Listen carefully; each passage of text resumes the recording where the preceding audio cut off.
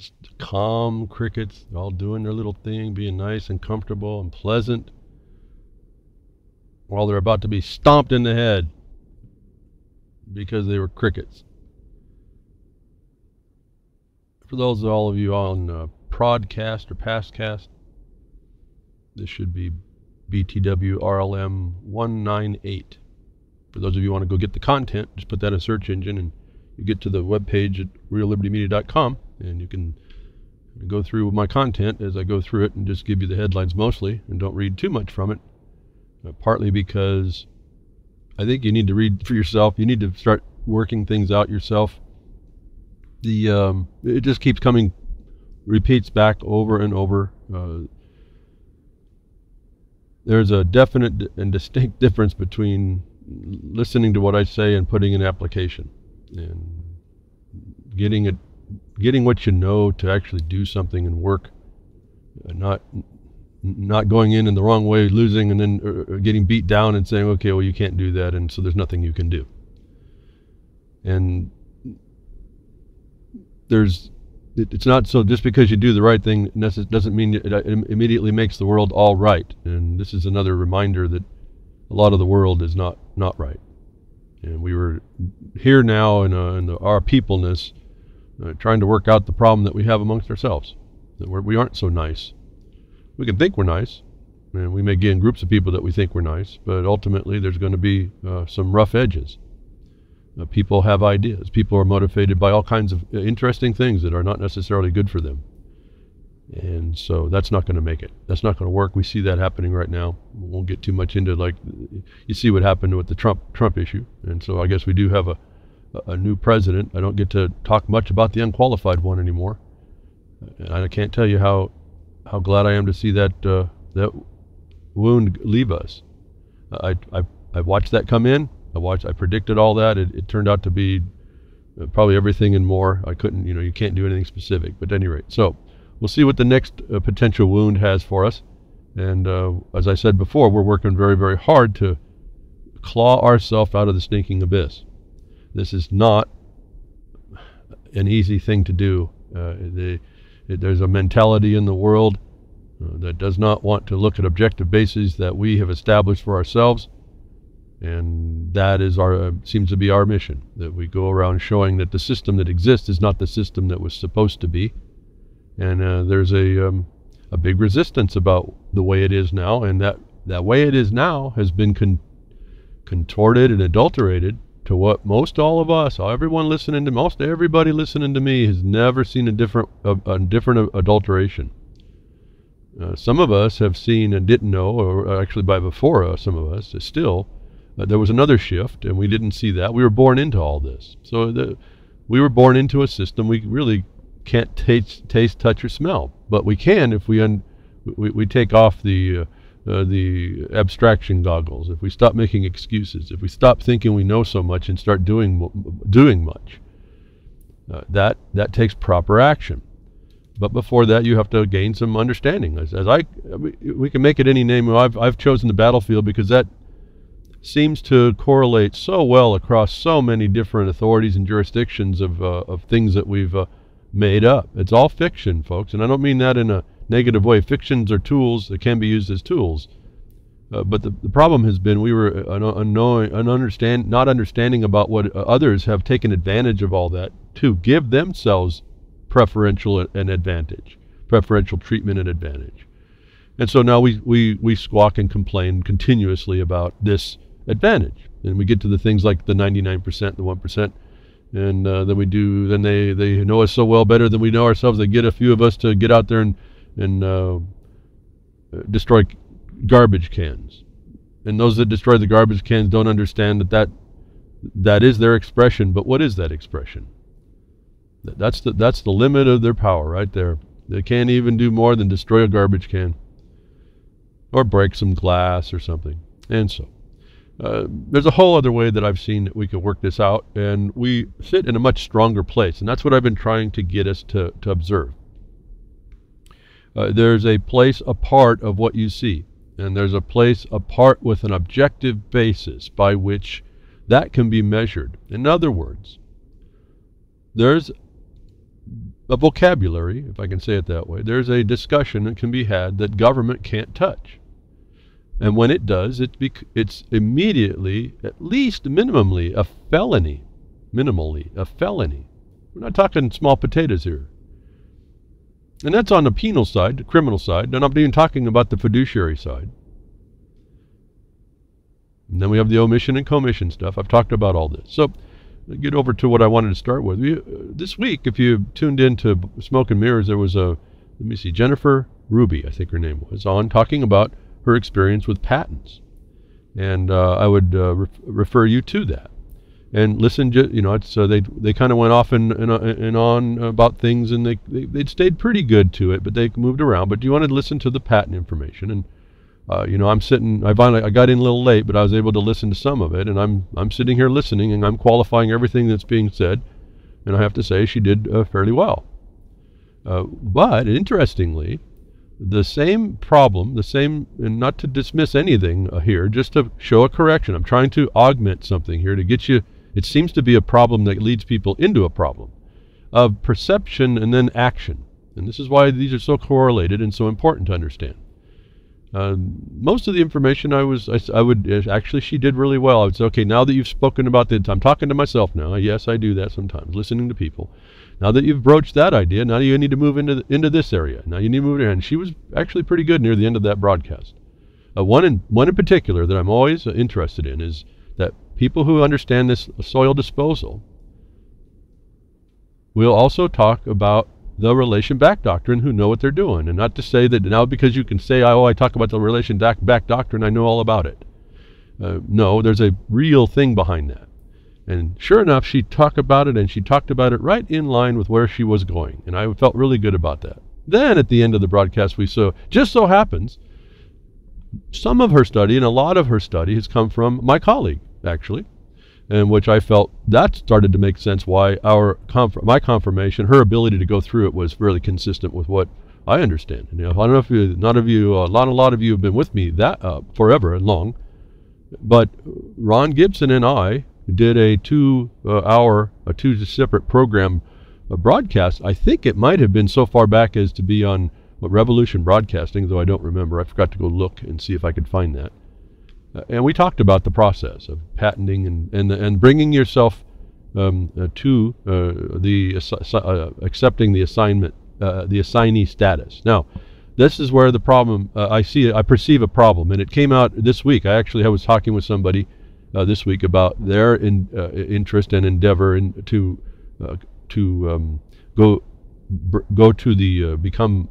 make evidence of the chain of title of possession. And so here's what I noticed was a little bit of a problem, and it apparently is a problem.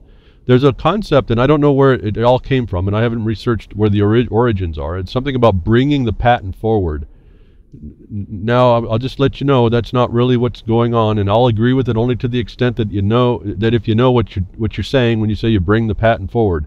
What you're doing is you're bringing the authority of the patent forward. It's not that you bring the patent forward. The patent always sits where it is in the record of the day that it was made. And it sits in the record for a reason there. It doesn't move anywhere. It exists. All land that you are on that's privately held has a patent to it, whether that was a federal patent or whether that was issued by the state. Now, we do have state deeds, potential problems, but I don't think that the only potential problem is that you now identified a usurper. And so let's not address that quite yet. But I noticed the one mistake that you have to be careful, and it apparently makes a problem, is this concept of bringing the patent forward. That's not what you're doing. You are simply creating the chain of title of possession that links you, the property possessor of today, back to the original patentee. That's what you're doing. Now, the problem occurred is I thought I heard repeatedly stated that you are creating this abstract of evidence, abstract of title. That's not true. And this is not to listen. Just understand. You got to get your words just adjusted a little bit here. Apparently, that's causing a problem. That's how the abstract of title is how they stole your idea, your what you actually convey. You don't convey land. You convey the evidence of the land that the evidence of which tells you that you own a certain part. You grant. That's a grant side, not a sale. The abstract of title that came in after the 30s to about the 50s, but in the shift, was the state and government and commerce's way of interfering, interceding into that, and gave you an abstract of the title. It's a summary of the title. What they ought to have been maintaining was the chain of title of possession, which is all the documents that make up certified copies of all the documents that you would take when you acquired the property. And you would have been, if we would have been knowledgeable, we would have been taking them as an assignee by the grantor. No sales, no market value. And so we're not dealing in an abstract of title anymore. That's what you can go find. That's what they actually hand you. In fact, anybody that's a property owner should have that in their escrow papers, or whatever your state does, or even the title company or the insurance company. There's a summary of the chain of owners. There's no evidence that that's actual. And the state or the commerce entity called the title insurance company gives insurance that that's going to be accurate, but they only hand you a deed, which is only an interest. It's not the evidence of your chain of possession back to the patent. So the patent, the patent sits where it is. Back in the day it was issued and created. And your rights relate back to that through the chain of evidence that you produce in certified copies in your patent sandwich as you recreate that chain of authority of possession to you.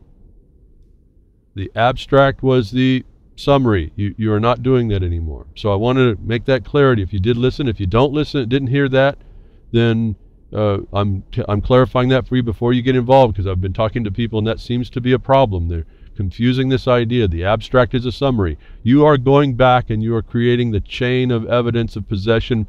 That is all the recorded documents in the county. You start with the land patent. It's already there. You don't stop thinking that you're bringing it forward, the patent forward, to put your name on it. It's no such thing. The name on that patent stays there forever. It starts the proof of the private disposal of the government into private possession to its heir, his or her heirs, and assigns forever. Your rights relate back from today back to not just the patent, but the act allowing for its existence, the act of Congress allowing for its existence. You're not relating even back to the patent. That's just evidence of the fulfillment of the act of Congress in its obligations and duties to do so. Typically underneath the state's enabling acts, the documents that created the state. And they did that. They did it that way. I never understood it for a long time. And they conveyed the property of the territory of the state as it became a state to the federal government to dispose. It's an obligation and duty. The state took subject to whatever the disposal was. In other words, if there's no reservations, that's it. The state agreed. And it did that so that there would be no remaining interest in the state over those lands to private possession. There's no ability that the state can ever come back, well, again, without being a criminal, and take back this land. It was always vested in the people prior to the government. And you heard a little bit about that on that broadcast. So I just want to clarify something here. It becomes a problem. And I didn't think it was such a big deal because I really don't do this too much anymore. I've been focused on other things. That the abstract of title is what exists today. It's the summary of who owned it. It's not the proof of certified copies of the evidence of the chain of possession that has gone on between the issuance of the original patent to you. And when you develop that and then you get the posting, they've also made a comment about we just post this, or we put it in a paper or we post it. No, you be careful. You have to go to your state law now rules here regarding the law about what due process is and what sufficiency of public notice is. Once you build your record, and there's other things, you have a couple of affidavits to put into this thing, you have to post it for public viewing for a certain amount of time. That is not an arbitrary number. That's been determined by the state legislature so that the courts can take on the sufficiency of the notice over the time and the place. so that everybody knows where to go look if they're going to keep track of these land issues, these soil issues. Nothing is supposed to be kept secret. And so go to your statutes to find the date, what's sufficient public notice for purposes of these issues, these soil disposal issues or land issues or mortgage, all these things. They can vary from 30 to 60 days. It depends what the legislature in that state decided it would be. It would order the judiciary to recognize as sufficient. That's all we're dealing with here. It's not them commanding anything. It's actually doing you a favor. Otherwise, you'd have people, oh, 15 days was enough, or 10 days was enough, and maybe it's actually not. And they found that it isn't. So let's use the objective basis. Why make such a big deal? And if no one has a claim after that time, you now have, the statute says everyone is defaulted out and has no position. Now let me go to the next. So the first question I've been hearing is the convolution of an abstract of title versus a chain of title, or what that more clearly is, the chain of the evidence of the possessions from the patent till today. Now that can be quite an extensive research. You go to the county to do it through the archives. You have to read every document through there, and you have to understand what they're saying. You have to track out everything, every interest that might be there to make sure that you understand who the interests are, because it still may not be quite whole when it came to you. There may be defects that have to be worked out. If a state has a deed, it was stated in the broadcast that there would be potential. They left that question out. My thought and the laws will show you that the state would be an interloper. They're not in privity to the forever by a sign or by hereditament through the patent, and therefore they're a third-party interloper when they make a state deed and steal back the minerals. Now that's a color of title in the state that has to be dealt with later. So let's not.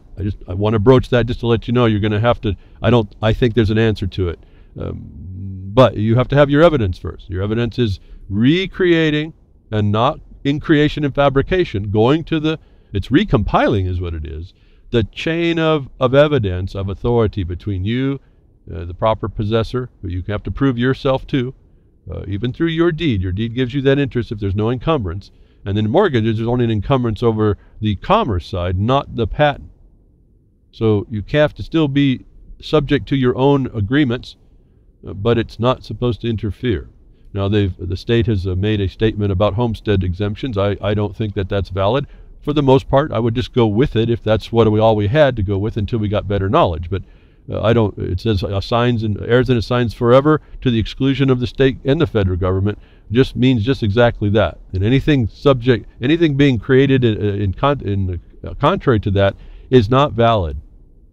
And the other problem is that I've told you that you're going before a bar association system that is attempting to steal your property. So you heard also later that she was having a little bit of problem with the county, that the state actually recognized the patent authority had no claim, but that she was having a problem with the county. So I heard, and I've told you before, I have to work to my listenership without response from you. And so I kind of rely a lot, actually, on any communication that you might have. And so this week, it just so happened there was a patent question and condition. I had to get that straightened out, some ideas straightened out of substantial foundational law that you proceed through. It's not just an opinion. And then I heard the program on RobWorks, Smoke and Mirrors, I think it was yesterday, and Jennifer Ruby, and she came to a point where she has done this process, and the county won't let up. The county won't let go. So I heard a problem, and that's where I start to work, folks. I tell you, bring me a problem, and if it's in my study area, my experience, I may have an offer of suggestion on what to do. So I don't like hearing people having trouble. And so I jumped into the chat. I was kind of going through, and I kind of rocked in at the right time, I guess, how that all works. And I jumped in the chat, which I usually don't do, and I gave 2 suggestions. So this is what I wanted why I played the crickets today instead of thinking that this was a victory as a proper action. I changed my mind right before the broadcast and said, I'm going to play the crickets, and then we're going to show there's something more than just knowing these laws and doing the right thing. There is a real enemy out there. They want to steal your stuff. And it's not knowing a thing, it's doing the thing right to defend it. That there was no answer to this continued aggression by the county. What I offered, and you'll hear her say, if you go back and listen to her broadcast, she says, I've now learned to go look for remedies in equity. I'm telling you folks, I had to smile. There's not many people that get this point.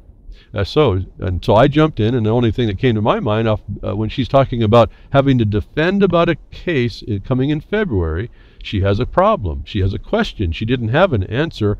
The answer that came to me to suggest, again, it's not my case, it's not my determination, is to do a quo warranto.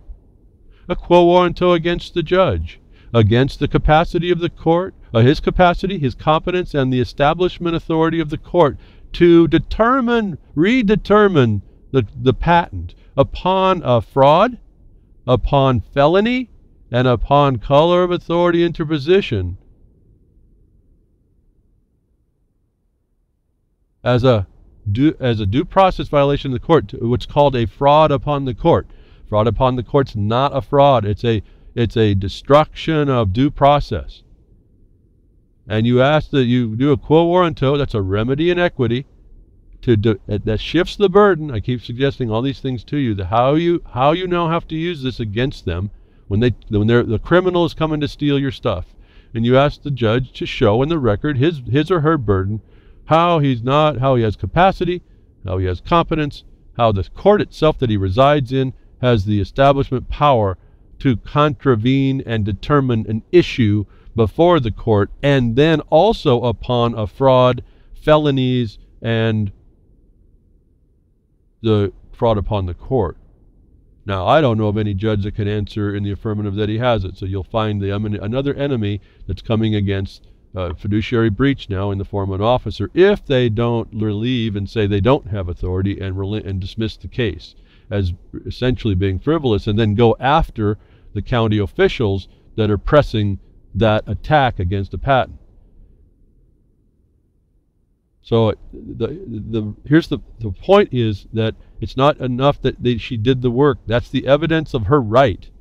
And then someone comes along to try and steal it from her. That's a crime. I don't know about anybody else, but you're not going to just stop. A criminal will be a criminal. It doesn't matter where they originate, they're in the government or not. At least you're positioned with the evidence, and then you need to know the tools, the equitable tools that protect that. And so I want to convey that from yesterday. There's more that she can do. I also suggested she recontact Ron Gibson, and he might have some other ideas. Ron Gibson literally wrote the book on patents, and I haven't read it, so I don't know what's all in it. I just know people who read it are just fascinated and impressed by how much there is to know, and yet it is knowable, and that it's really an absolute response to the government interposition, the government's attempted destruction of its obligations and duties. You just have to know that's coming and have your record for it. So my response to her was, before I found out she was going to before she claimed that she had a court case, was also to go after the one who's signing the letter that claims a continuing interest in the county, have them write a letter to show cause how they're not committing a felony under color of law. Find her theft by extortion statute and felony coercion statutes in her state law, and asked upon their action, their color of law action, where the state essentially, she had all the answers, she doesn't put it together in a remedy. The state has stated that they have no interest. The county's a political subdivision. Where did this private party under color of county authority have right to come to interfere with that patent? Show cause how they're not committing theft by extortion and felony coercion under color of authority to interfere. What right do they have in that capacity to not to hand that property to the county for its demands? It is something you now go privately against that one. And so there's the failure here is to understand how the evidence that you have. I told you over and over that what makes America different was that we have these land disposal laws, a system of records that keeps track of the possession, and purportedly, up until recently, the courts to recognize the records that are kept in the counties for that chain of authority and law of the land in possession, not merely interests as deeds and abstracts will evidence. We have a power in these courts, and the problem is we have usurpers, and we have to out them as well. We have to know about that. So I didn't view this total thing as a success. Part of it is, But ultimately, the rubber meets the road where you have the ability, where you finally know how to use this evidence, even against the court, in order to protect yourself. And so it's not just because you got it right, you win.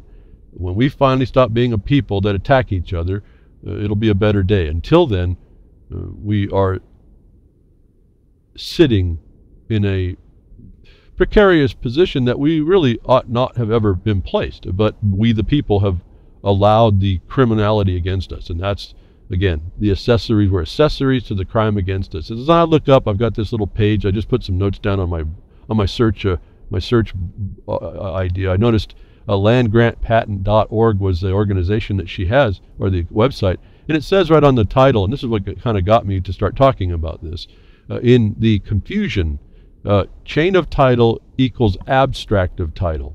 That's not true. The abstract of title is the summary of the title. Actually, they list them as owners, or in that way, but the chain of title is actually the chain of evidence of possession. It's the literal certified copy evidence of that, not an abstract list of who was involved. And in fact, the abstract is not equal to the chain of title. The chain of title being the proof of certified copies of the literal chain of possession. You chain yourself to this patent, the authority of it, relating back to its authority, which relates to the originating legislative act which allowed it. The chain of title is the evidence that you need, not an abstract of the evidence, it's the actual evidence. Why? You have to have about 3 copies of these certified copies, make 3 packets. We called them sandwiches, I think. These patent sandwiches, they have your affidavit and thing in the posting. And I can't remember, I have to go back. Like I said, I don't think too much about some of this. I'm now having to rethink about it. Your patents, now you make 3 of them. Why? Well, this is evidence. This is gold here, folks. This is more valuable than gold. This is the land. This is the evidence. The evidence that prevails in any court of law, even against the courts. Now, the only challenge to that would be someone who could challenge the originating document for fraud. There's not. I don't think anybody alive now about those, but I have to leave that open. But other than that, there's no challenge to these documents. The only challenge is the criminal trying to steal it from you. And so the chain of title is literally evidence. You want 3 copies. Why? You want to keep one for that you can use. Really, that's original. It's an original. And the only way you know that they're originals is they have ink signatures on everything. They're not just copies. Every affidavit has an ink signature. You do that. You can do that to any number of original copies that you want. You make 3. So when you make your affidavit, you're making 3 of everything. And you make 3 of all the certified copies. Why? You keep one for yourself. You hide one that's easy to get to, that's safe and secure. This is gold now. This is more powerful and more valuable than gold now. This chain, this chain of title, this evidence of possession. You secure one with yourself that you can readily get. You put another one close by that's as secure from destruction as you can, and you hand the 3rd copy to a trusted friend, family, whatever, that they put away in another safe space. Okay, so because it's evidence, and any one is the original evidence in that regard, even though only one is used at the time that you post it in the public or the courthouse, wherever the statute that the legislature in your state has said to post it for the amount of time. So I want to clarify that it's not just about doing the patent. It's about, this is how you defend yourself. You establish. Remember, I've always said about the record. This is the prevailing record that you are making. It's the prevailing evidence and record in a court of law that not even a court of law doesn't even have an authority to hear. It's settled in that chain. Talk about a blockchain. Yeah, man, this one's not hackable. It's only hackable when you let them tell you that it's not what it is. Like you heard Jennifer saying that they resisted her, and they're still resisting her at the local level. I say turn that into a private harm by the one signing the letter to make the continuing claim. Now that she's in court, that's perfected. They've harmed her. Now, I didn't discuss this part. I just put some couple things in the chat room. They found interest or value in that. They'll have to do the research now. I told you I can put you to the front, put you down the path. I can't take that with you. But it's all there. So the question you heard, I don't want it to remain a question. of inaction or question of the response. That's the crickets. The failure to understand how to protect yourself is you being that cricket at that level. For as far as you went, you still tripped.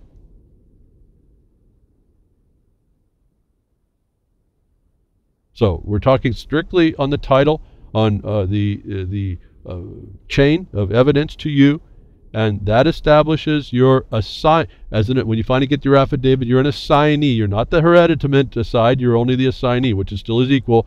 But that's the two provisions of the patent. Anything else is not under a patent. Anything else has actually been commercialized. And so they use that in the commercial side, and that's how you get your funding and your mortgages and all that kind of stuff. So I won't go into more how this all works. I want people to understand the first steps. And don't get confused. You're not bringing the patent forward. You're not changing the name on the patent. You're simply making a chain of record evidence that you stack from the oldest document in your sandwich to the newest document to you, essentially, in your ability to make the claim as an assignee and your affidavit of acceptance for that in the package sandwich, that you connect up back to that, and it is separate and distinct from the deed side, which is also you're obligated to honor your own word and your own deeds. There's nothing don't think you can undo that by thinking that it's special magic. This is some serious law. You get yourself in some serious problem. So do it right. But you have to do it right. You can't just think you're doing it right. You can't come to a middle of the fork in the road and find out, oh, I don't have an answer. And that's what you heard a little bit. I don't want to dismiss much of anything that we heard yesterday. I want to augment some of that so that we don't have the confusion. Not that I heard it in her, except for the remedy. I've heard it in a couple other people I was helping this week in not understanding this little dynamic. It's a subtle thing. You're not changing anything. You're just accepting that there's a chain of authorities that you are connecting to by a chain of evidence. Again, when I tell you about due process, what does the legislature of your state or the judiciary of your state say? Sufficient proof of due process and notice and opportunity has been, is situated in the rules. It's called service of process. That's why you send a certified copy of mail, a certified mail certificate, and a green card. The statute says that secures evidence of proof of service. That's a statutory guideline, and that's objective. Once you've done that, you've qualified it. If you don't, then they found out that you didn't. They can have a defense against it. Same thing with this patent. There's a requirement to have your evidence together in order to prove that it's there. The abstract is not sufficient. That's all the patent, getting the patent together, information together is doing. It's doing what they stole from us, what they used to do. You used to be handed a package of information on all the previous owners on the documents, and then they started to do these abstracts, and so they kept back those important evidences, and they gave you the evidence that package was okay, and then they handed you a deed. And so you have an interest. An interest in what? An interest in the commerce side. That's all regulable. That's now the real property they're talking about. That's the tenant that you become. And you see it like your escrow papers, you see it all. That's the, again, commerce. The commerce becomes business. It's just simply that much. You're just a legal entity no matter how you deal with that. That's all what's been going on. So we get you back over to the patent. Make your evidences, and you want to make it authoritative. That's why it's so tedious. Evidence is real stuff. It has to be proven beyond a reasonable doubt in each document, and they all have to tie together in each document so that they create a body, a chain of possession and right of possession to an originating place, and we call that the patent.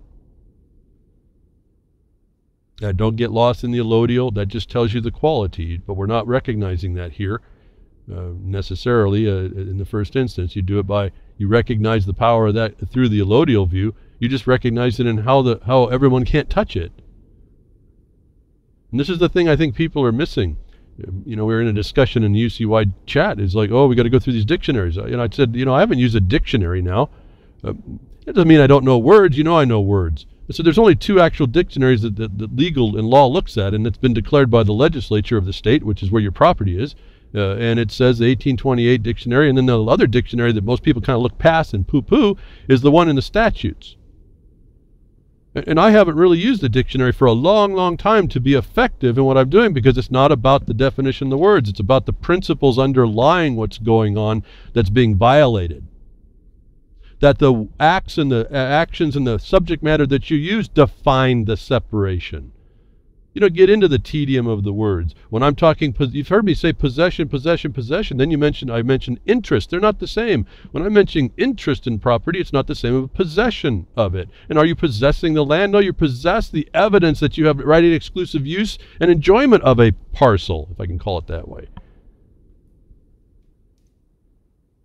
So there's a very subtle condition going on here that everybody misses in their need to look at bunches of dictionaries. Oh yes, I've looked at tons of dictionary definitions. I've looked at America's Juris Secundum. I've read it. I've understood it. It boils down for me to principles. And when I started working the principles, and I could identify where the government could go and where the government couldn't go. I had a problem when we go there, because then we have the criminals in government. But that is notwithstanding the problem.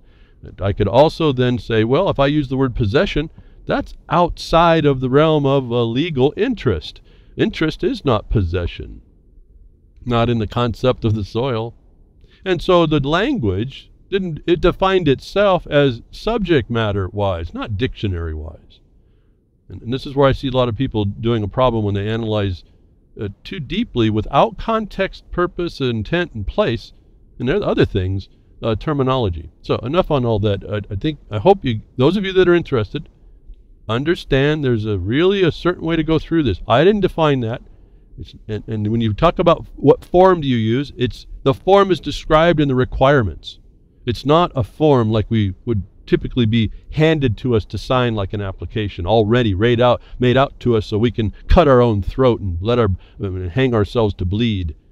No, these are the steps of conforming a record to be the quality that's required in a court for evidence. So the word form has a funny imposition, and people kind of miss these subtleties. Again, I just hear it. This week was kind of interesting again. Periodically this comes through. It's something, I'm totally out of my mind. I'm not really thinking about patents, but it's so close to what we do all the time.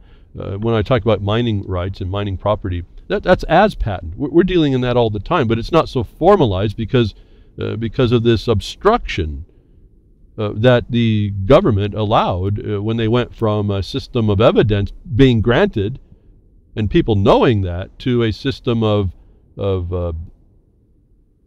abstracts and deeds underwriting that, deemed to be sufficient to show and prove an interest, not the possession. Why? Because they didn't have the evidence. So land and evidence are just, I don't think, is not separable. So I hope that's clarified some things. I really appreciated hearing what Jennifer was saying, and I hope that she can work through her little thing here, and she could actually get some people in quite a bit of trouble, given that she just keeps methodically going through what she goes through.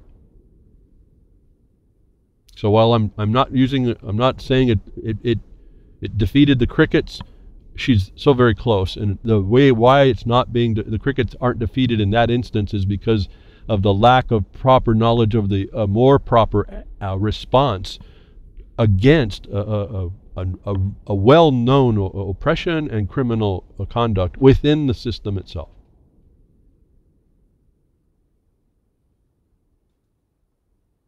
Moving on. We'll move on now. We'll get into the tabs if that makes any sense to us. Look at all this stuff, and as I look now to move and transfer, and I see digits, or I see encryption as the next coming up, and all the things that we have access to in our digital world. I'm reminded somehow. That's what it was. The Grimner announced on Frickersball, and then he had told me just before, that he had made a request for. Apparently my broadcast was the first one he asked for, and then he went and made more requests. So I'm hoping everybody gets in. Broadcast Behind the Woodshed has just been accepted by iHeart. radio or iHeart.com or something. And so we're going to be available through iHeart. It was just this broadcast has been approved. I'm hoping now all the rest get pulled in, so RLM Radio gets a presence as well, not just the shows. That anybody who understands that iHeart, you can get, I guess, go through iTunes and iHeartRadio and something else I don't remember, and whatever it works, folks. Or you have to have a Facebook account too, I realize. So even though I'm on my broadcast is on iHeart. Radio.com or iHeartRadio, iHeart.com, whatever it was. iHeart.com, I think it is. And you can find me at behind. You just do a search behind the Woodshed, and it's available there as a podcast. I couldn't get into my own broadcast because apparently the country I live in isn't service. So I thought that was kind of funny. I also thought it was kind of interesting that they require that you sign in. So those of you that have Facebook or Google something or rather, I suppose you can get this pretty easily. There's no provision otherwise. But the point is, thank you, Grimner. In fact, it was interesting. We must have been thinking about the same. I had noticed iHeart, didn't know much about it, couldn't find an easy way into it, and I have more time to spend otherwise. But he had made the request, so we've been approved. You can find us there. Maybe if that's some way to get more listeners and get people into understanding what the dynamic is in the world they live in. Get back to reality, the dose of reality I try to bring here, and hopefully, where we can find people doing something, give advice if we can, or suggestions that are much better than what I can hear just about anywhere else. Much better because we are using them ourselves. And even though it may not be so, what can I say, academic. I don't go through I'm very cautious. I've just seen so many people take what I give them and hurt themselves. I get real cautious about lining out too much. In other words, in the chat I said do a quo warranto. I gave six different. I gave the remedy, then I gave six different elements to be qualified, and I left it at that. They're going to have to pick that up. It sounded like they're going to, and they understood that and they appreciated that. And so again, we work together to help each other. It's so much faster and easier for me to help that way than it is to try and well, I gotta kind of drag you along if you're not quite doing the work that you need to do, that I need to see that you're doing. So it's a matter of doing enough of you heard the term due diligence. It's also understanding why, how you use the evidence, who may come against you, and how you defeat that. And so while we're all together, like I said, this is an interesting meeting. See, I was able to jump into a chat room and advance two pieces of my view, and what we would do, how would we respond, very valuable information to them that were not available to them without this connection. And so we have another place to be found behind the Woodshed for RLM, and hopefully, like I said, I hope we just get more. Again, anybody who can make requests, I guess it can be helpful. Or if you find some place that you might want to hear the broadcast or RLM and stuff, tell Grimner, you jump in the chat at reallibertymedia.com and tell him, hey, we found another spot. Maybe you can request there. As I've asked you, if you find Sunday afternoon where another network is only playing replays or no live shows or nothing at all, maybe write them an email and ask them to syndicate the broadcast live. And why not? But it's surprising some people won't. It's interesting that people will not syndicate or not live broadcast this on their networks, which has always got me interested in those types of people. Who are they? Why? I mean, it's certainly not like I've got run-of-the-mill stuff, I'm sure. And if I do, no one's told me. Maybe that's the secret again. Maybe everyone's laughing at me. Yeah, keep talking. I know better. So again, we need your support in talking it up, folks. I don't get out much to do it myself. I'm not, like I said, if I was the Tony Robbins of all this problem, I probably wouldn't have a problem, but I'm not. So I fess up to that. I can't do it. Not in me. Why I appreciate Vince Easley's help so much when he volunteered to jump in and do what he could, and I understand he's traveling around the country now, and things are doing well for him, and I wish him all the luck and in the world, and wish him to see the new sights with the new eyes. I mean, he's really got a new perspective. And to me, I hear there's ever so few, but those few that are hearing and putting together what I'm saying and seeing that it does work, it does apply, it does give you that perspective to start to reanalyze what you're doing.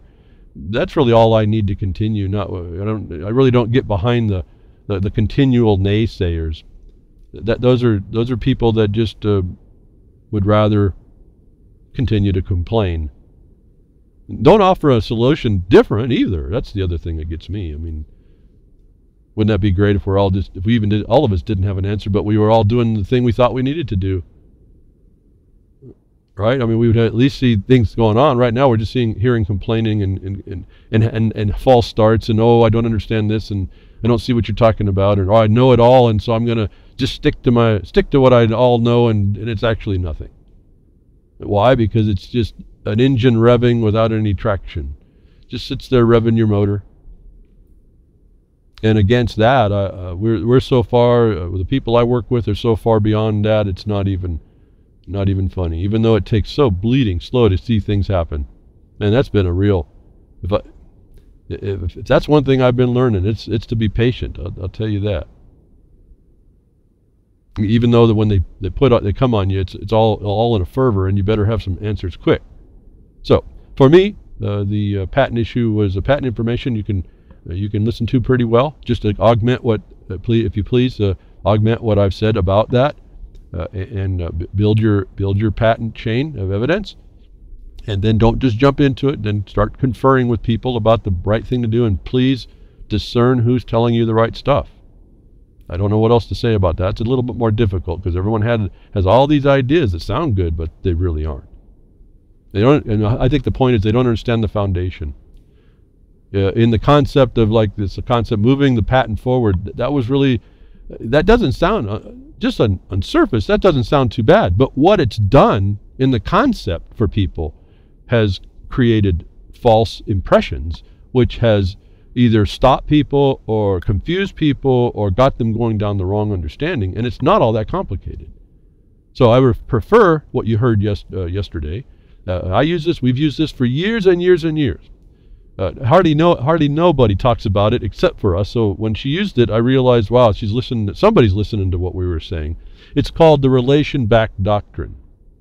I got that out of a grant law versus, in court cases. It was a paper I put together and compiled of case law way back, I don't know, back in 2005 or something like that. And there's this relation-backed doctrine, which was all important to understand. And so that's what you want to rely on. The relation-backed doctrine. You're making a chain of evidence of the possession literally linking you in evidence from where you are today back to the originating document, and your rights and property and everything relate back to the four corners, the statement in the four corners, the context of the patent, but not just the patent, also the law enacting that patent. It's an intent and purpose, and with the obligations and duties. So you're not bringing it forward, you're actually relating yourself today back so that you can use the laws before, which were so much cleaner than the noise you see today, which is stripping everybody of property. But getting into the digital side, and we were at iHeart, and thank you again, Grimner. Hope we get somebody coming in. It's hard to know why other places have more listenerships, and then I don't get any feedback. So that's a little bit more difficult for me, but I found very interesting. Again, crickets, but maybe not so, folks. And I don't know about this. I just want you to be aware of it. In this oppression we have coming down in digital lives, digital life and death, LavaBit, interesting little service that was provided for, got attacked. LavaBit, encrypted email service once used by Snowden, is back. I thought this was very interesting. CEO Ladar Levison has had custody of the service's SSL encryption keys that could have helped the government obtain Snowden's password, although the FBI insisted it was only after Snowden's account that was the key to the kingdom that would have helped the FBI agents obtain the user's credentials as well. And because they imposed upon him, he shut Lava Bit down. And he's coming back. And he's coming back. And I'm only going to go off the report. You're going to really have to do your due diligence on this. He's coming back better. He's making it so that he doesn't even have information in his service. I'm not promoting it. I know nothing about it more than this. I guess my point here is that this guy stood up against the government, took what it took, got beat down, still there, came back, and is going to try and make it even better. This service is going to offer 3 modes of security. The first one is he trusts, it's a server trust program where you trust the server he's got in order to make the keys, though the paranoid service allows you to manage those keys, and he can't ever see what's going on. And so, to me, this was more of a cricket action. You jump in, you see what they're going to do in the digital world, and you come back bigger and better. And I'm hoping I'm saying that with honesty, given I don't know. It just sounds right. This is one guy standing up, folks, and I just wanted to make acknowledgement of that. I don't know who this guy LeVar is. I've kind of admired how he stood up against the government where everyone else gets beat down. He took some lumps, but he's coming back, and the thing is he is coming back. And so I think it's an example for us, whether or not I fully understand it all, whether or not it ultimately gives us the full measure of security. There are people in the world that are going to hopefully, well, I hope there's more of us, more of them. Actually, I don't do this anymore at all, not even close. That we may be able to rely on. So, not that I'm even into Snowden. It's a whole story behind it in itself. And again, these psyops seem everywhere. The point is what are we going to do? What are we going to continue to agree as an accessory to the crimes against us? And we need to get together where we can. And I guess at some level of trust is required. Certainly some knowledge.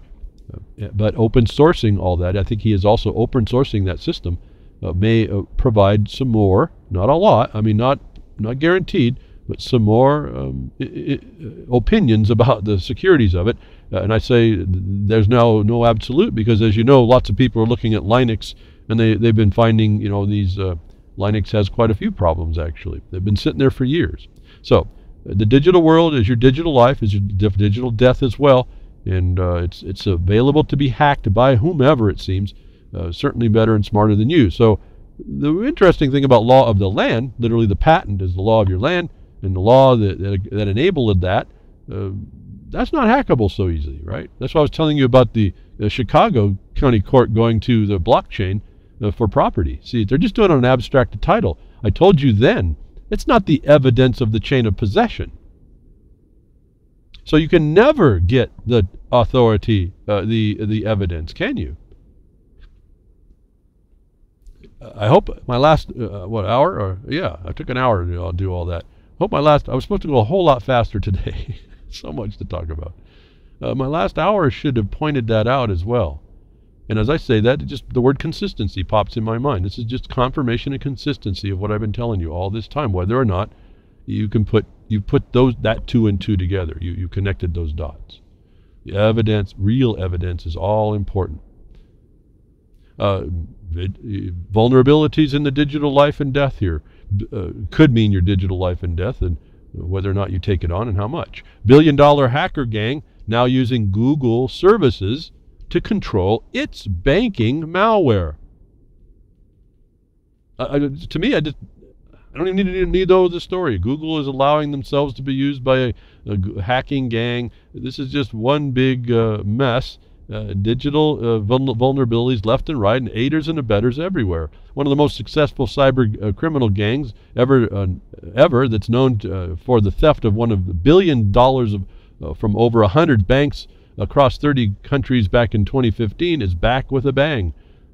The Carbonac cyber gang has been found abusing various Google services to issue command and control communications for monitoring and controlling the machines of unsuspecting malware victims. Force Point Security Labs researchers said Tuesday that while investigating an active exploit sent in phishing messages as an RT attachment, they discovered that the Carbonac group has been hiding in plain sight by using Google services for command and control. So these people know this stuff better than certainly I will. Remember about your attachments. Do not click on do not even click on anything unless you can identify where that link goes. And a lot of that time you can get the property. Just look at the right click and go to properties. I don't care what the thing you see is. Find where that darn thing is going, and then go search with a search engine where that thing is going. I don't think I ever click on anything before I verify what I'm doing with that, what's going on. On your document programs, turn off macros. Absolutely turn them off. So, and then you can't, if you're not clicking on attachments, you're not going to get, the likelihood starts to reduce. You protect yourself. Understand that. Now, there's another thing I wanted to kind of refer to in the past here and bring it up forward. What I meant about this, it comes in the news. It's the stuff is, I told you not to do this, and here's now why. Republican lawmakers in 5 states proposed bills to criminalize peaceful protests. Now, I'm not going to even read more. My point here was just to let you know, this is getting insane. The insane are in control of the assignment. Is silent. Even you criminalize peaceful, to the point that they'll tell you in a commercial vehicle, you can run down and kill people. But here's the point. I told you stop going out in protest. They want you to go do that. You're better empowered to not go inside the system with the proper statement, with the proper action. And so I just wanted to remind you, I've said this before, there's going to be a day you're going to put your life in your hands going out. The government will allow other people to kill you. The cops will kill you. You get out there and get in a mob, and it's open season. It's here. And for those of you that think that the Republicans were going to save you all, stop thinking that way, please. I got that proof in our lawsuit. We sued the Republican Party and we sued the Democratic Party, and they both defaulted, agreeing that they commit treason, make war on the laws of the United States. So that's their inclination. We didn't sue all lawful action, but this certainly sounds like what I told you before. It's a continuation of the system of oppression, that no matter what you do, you're going to be set against, and it's going to be validated and legal to do so. You have to be somewhere else.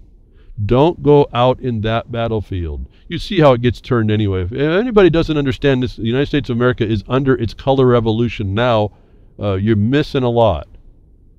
It's nonsense stuff. They get you all divided. Even when you go out and say, no, we got to, kumbaya together, they beat you up and claim peace, peace, oh peace. So the Republicans around the country are making laws and rules that you can be attacked, even a peaceful protest. It certainly doesn't sound like First Amendment compliance, but they don't care. North Dakota is kind of on the lead. I talked about that before. They agreed to weaponize drones. And then everybody up in Dapple's all wondering what's going on with the North Dakota using that now. Come on.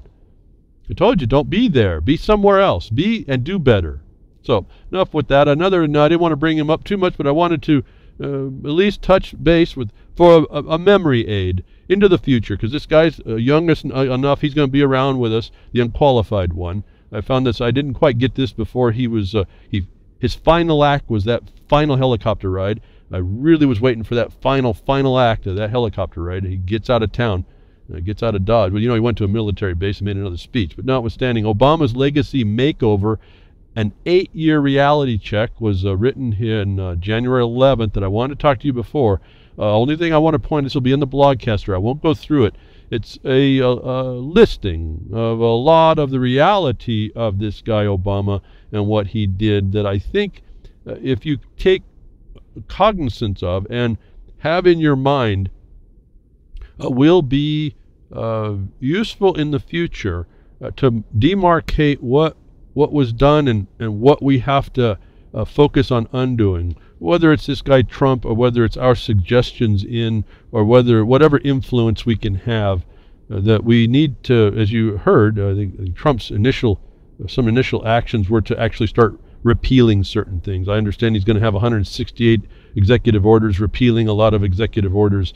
And I understand, though it's just hearsay, they're going to actually define, the chief executive is going to define waters of the United States as navigable rivers, something the agents, the EPA and the Army Corps of Engineers failed to do. And so these things become very powerful to you and I, because the agencies then can't go out and beat you down. The states can't even use it, because most of the states, their DEQs are tied to this federal water law, this federal Clean Water Act, which are supposed to only be relative to navigable rivers. And the agencies have been completely derelict to come up with the proper definition. So an executive in the office doing proper things can actually help us. Do I understand the politics? Do I understand his motives? Do I understand what he's going to do? No, but if we can get that much fixed, then where the land rights are, we are less oppressed. And if that's what our part will be as we claw ourselves out of the stinking abyss, I'm going to take that part. I'm going to make a foundation from that. It needs to be there. And so this Obama's legacy makeover, an 8-year reality check, was a list of things. I started reading through it. I said, well, this is a pretty nice and concise statement. I'm sure there's a whole lot more, but this was a pretty extensive statement of what the reality about this guy was. And people supported all this too. Don't forget, you've got half the population at least that supported this guy's treachery. That's going to be whitewashed, and you need to know what was whitewashed and how, so you can be able to defend the policies of these people that are coming to continue the progress. Remember, that's just a covered word for progressive. And so we come out to this statement that this unqualified one, Obama dude, he writes a final thank you letter to Americans, one of the many final acts that he was doing all the last few days. And I found this very interesting, because I want to provide this so you read it if you didn't see it. It was through ABC News. It was the letter reproduced to the so-called Americans from Obama. And I found this very interesting, what he said here. Not that I read. In fact, I read nothing up until this last letter. I just wanted to see only the last, his departing shot, because good riddance. Don't let the door hit. As I tweeted on many tweets, whatever, peeps. What? His letter to Americans, he says in the title, it says, "You made me a better president and you made me a better man." Wow, what a lowlife. If that's all good as he got, is to be a Nobel laureate that bombed more people and spent more on war. Wow, we got a real problem with this guy. But what was really interesting to me is, he goes, "Before I leave my note for our 45th president," because his first paragraph says what these last letters are for, to instruct the incoming president. He says, "Before I leave my note to the 45th president," doesn't name him, "I wanted to say one final thank you for the honor of serving as your 44th. And then he goes and talks to you folks, you Americans so-called, those of you that are listening. And you know, by the time he gets all the way down to the bottom, he makes this statement. "And when the arc of progress seems slow, remember, America is not the project of any one person. The single most powerful word in our democracy is the word we. We the people. We shall overcome." Now, that period. Now, then he says, yes, we can. And yet, that's the end of the letter. And he never talks to Trump in this letter, ever, which I found just fascinating. But more importantly, he's giving a notice to the progressives. When the arc of progress seems slow, he's anticipating that their progression of destruction is going to be slowed up underneath the new administration. That he's rallying those people together to stick together. We got to go through this time as the progressive agenda starts to slow in our determination for our democracy. The guy goes out admitting he's he will and he did, and he worked hard to defeat the Republican form representative government, which is the only thing that recognizes your patent information, your property, and all those things that have been defeated by the Bar Association because you didn't know about all that. This guy is saying this in the last paragraph. We the people, folks. People is the legislature. People are the whole people, not you. Remember, I've talked about all this. We shall overcome, referencing Martin Luther King, I suppose, and maybe some other civil rights leaders. You folks really need to, if you haven't done it, and if you have, you can go do it again. I'm stunned every time I read it. How many times? Maybe 1,000 times by now I've read it over the years. Title 42, Section 1981 of the United States Code. You shall be subject to pains, penalties, punishments, and exactions, fees, fines, taxes, exactions of every kind. You shall be subject in all your civil rights. You shall be subject to exactions, extortions of every kind, is what this guy referenced, and never gets back to talking to Trump. Is this guy being unqualified to serve? His final note was perfect for me to see. I couldn't wait to get this guy out. To see the guy go. Don't let the door hit, folks. We have been so destroyed as a people. We don't even understand what he's talking about, and I assume I'm assuming that most people don't understand what he was saying. He's saying, turtle up, progressives. Time's going to get slow here, but this thing wasn't made by one guy. And this is a project. Maybe the project for the new American century even. Did you know that, folks? He's not even calling it an experiment anymore. So there's a lot in here if you want to see it. I was interested in what his parting shot would be. And to me, it's instructive. But it's kind of also intrigued me and kind of got me chuckling a bit. What a slap in the face to the transition. This guy was not happy whatsoever in how the election turned out. For whatever the deep state meaning might be or not, I'm not talking about that. This guy, they lost big time. They don't have the control, and I'm telling you right now, and I can't know what the new guy's going to do. If he just does some of the things he's already talked about, even in the executive orders to undo some of the oppression, to define from the top of the executive branch what the agencies will define waters, if he can go through and do a few of those and remove their question of their authority over private land and private use and private enjoyment, which means your productive use, folks, means you getting out in the world without the servitudes, then more power to us that he's going to be there to do that. Because underneath the other guys, the other people, forget it. I told you, it was. Even so, we're still battling here. We still got we still have to figure a way to get to the administration to line them in on what they actually need to do. We're still working to do that, but so I'm still stuck to this millstone, if you will. But it would have been guaranteed. I told you 10 years. If I lasted that long, it'd be 10 years of a millstone around my neck, and those of us that have committed to attack this thing that's attacking us from the inside. That's why I say, folks, it's taken every one of us. I don't know what else to say about that. Everyone wants to make excuses. I don't know what to say.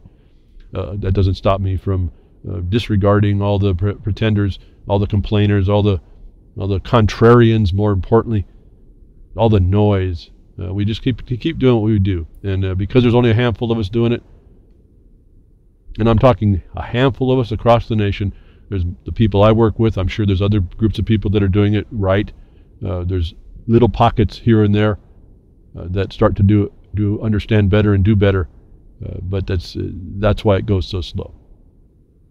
So going on, and the departing shots going on, in scathing attack of CIA Director Brennan warns Trump to watch what he says. I thought this was fascinating. This is a guy who's on his way out. Well, that just shows you how powerful his word was. Does he understand he's talking about the most powerful executive in the government he's employed by? Who should watch what he says? I found was an interesting position. It's also a threat. Now, he couches these statements, but when you go through and see what he was saying, he's literally challenging the executive officer he works for, and threatens the existence of the political establishment by implying there's subversives inside that'll work against him. These are like really close to treason, folks. These are terrorism. Any act you do that changes the political will that is a terrorism. any act moving as in contrary to make war on the laws of the United States, to try and take, as it's put in the patent sense, to believe you can take cognizance of the patent as an issue by a judge is a treason. It makes war on the laws of the United States, which the patent is evidence of the fulfillment of that law. To make war on that patent by saying you have a standing to decide an issue that doesn't exist is a treason. How fast this is for us if we just understood how that pulls together. So this CIA director, Brennan, he's warning Trump. Well, Trump comes out here. The first thing he goes to was the intelligence agency. He has about 400, as it was reported, 400 people, employees coming to listen to Trump. He says, I love you guys. I don't have a problem with you. And that's the truth. He has a problem with a few people that didn't like him being in there. I take no position one way or the other. I'm just saying, look at how nuts it's gotten within the government. And that might be a good thing. Michael Moore is saying Trump may be a Molotov cocktail thrown into a place. I think is probably true. I'm just hoping that for us, we, the people, not the people in the legislature, but we, the men and women, can actually take advantage of the potential of the chaos to actually direct the Molotov cocktail to the right place and for the right reason. Now, everyone will say, oh, you got to work the system to do that. Well, these are just people making decisions, folks. I'd rather have influence over that decision and have that signature go on something that I can agree with. And not that I agree with it because it's my opinion. No, that agrees with the objective basis that makes this a peaceful place. If I can get a signature on something that recognizes that, I'm all for it. And it's not going to happen if I sit in a chat room or in a ditch or crying in my beer or knowing so much that I know that nothing will work. That's not going to cut it. It's just not going to cut it. I know all the contrarians are saying, oh, you don't know what you're talking about. That's okay, fine. Sit and complain. Putin warns of Maidan-style attempt to delegitimize Trump. Doesn't believe Trump used hookers in Moscow. Interesting little story going on. We talked a little bit about this last week, I think. My view on this was Putin identifying, as I talked to you about the color revolution in the United States, is ongoing. This is what I think Putin is telling us. United States, look out. You have an internal Maidan style in Kiev, Ukraine, style insurrection going on. So if the Democrat bomb throwers that were destroyers that were didn't like what's coming on, they're willing to destroy things. They're willing to turn into that anarchy, to destroy the chaos, to throw the monkey wrenches everywhere. And that warning from Putin, I think we need to take very clearly. I found it interesting, his correlation between what we're seeing happening as a character. It's a war against the character of Trump as a Maidan-style color revolution. I think we need to take a special look at that and really consider what that is. And we need to start identifying those that would be aiders and abettors of this, even in ignorance. We need to clarify that.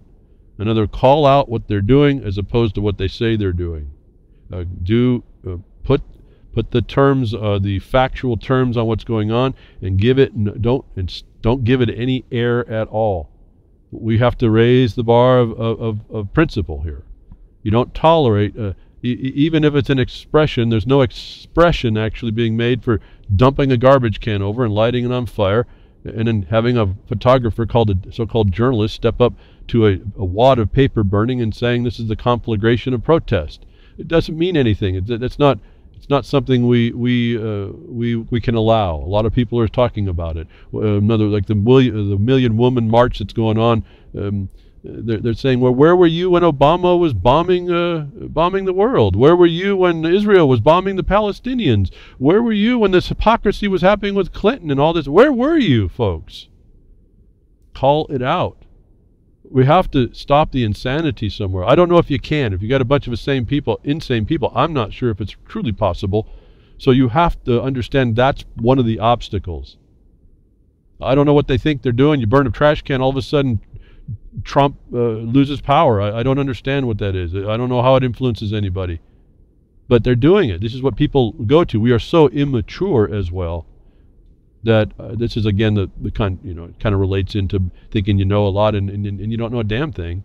You certainly aren't acting if you did know something that's better, and you have no evidence of it either. What did I tell you? Evidence. All the time evidence. What's your evidence? What's your example? What's working, what ain't?